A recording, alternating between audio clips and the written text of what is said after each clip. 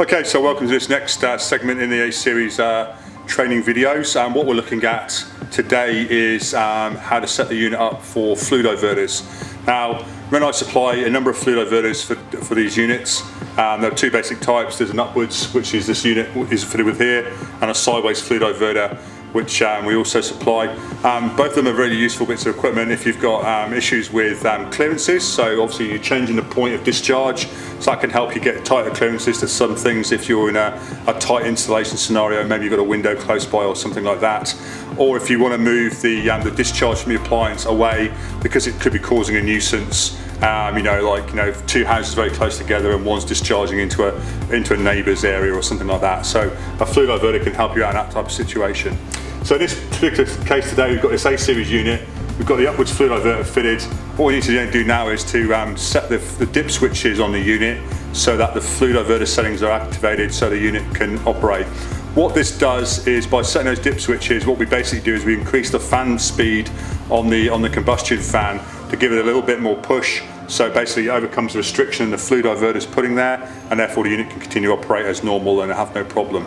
Okay, so what we have then is the PCB located on the side of the unit here, the safety cover over the top, and what we're interested in is the dip switch block, which is located sort of here on the appliance. And what we have here is we have about 4 dip switches that are activated. These are the yellow sort of small switches here. What we need to do is we need to actuate switch 1 and switch 3.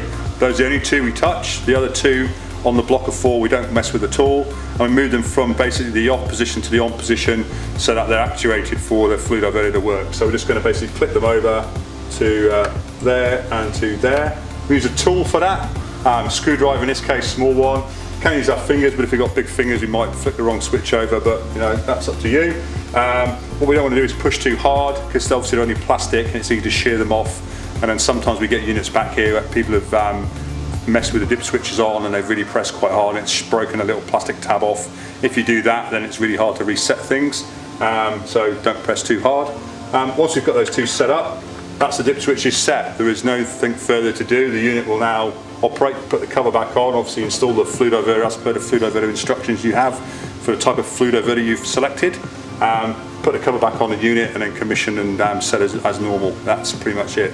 So there you go, that's setting up the dip switches for flue diverters on the A-Series Infinity units. Thanks very much.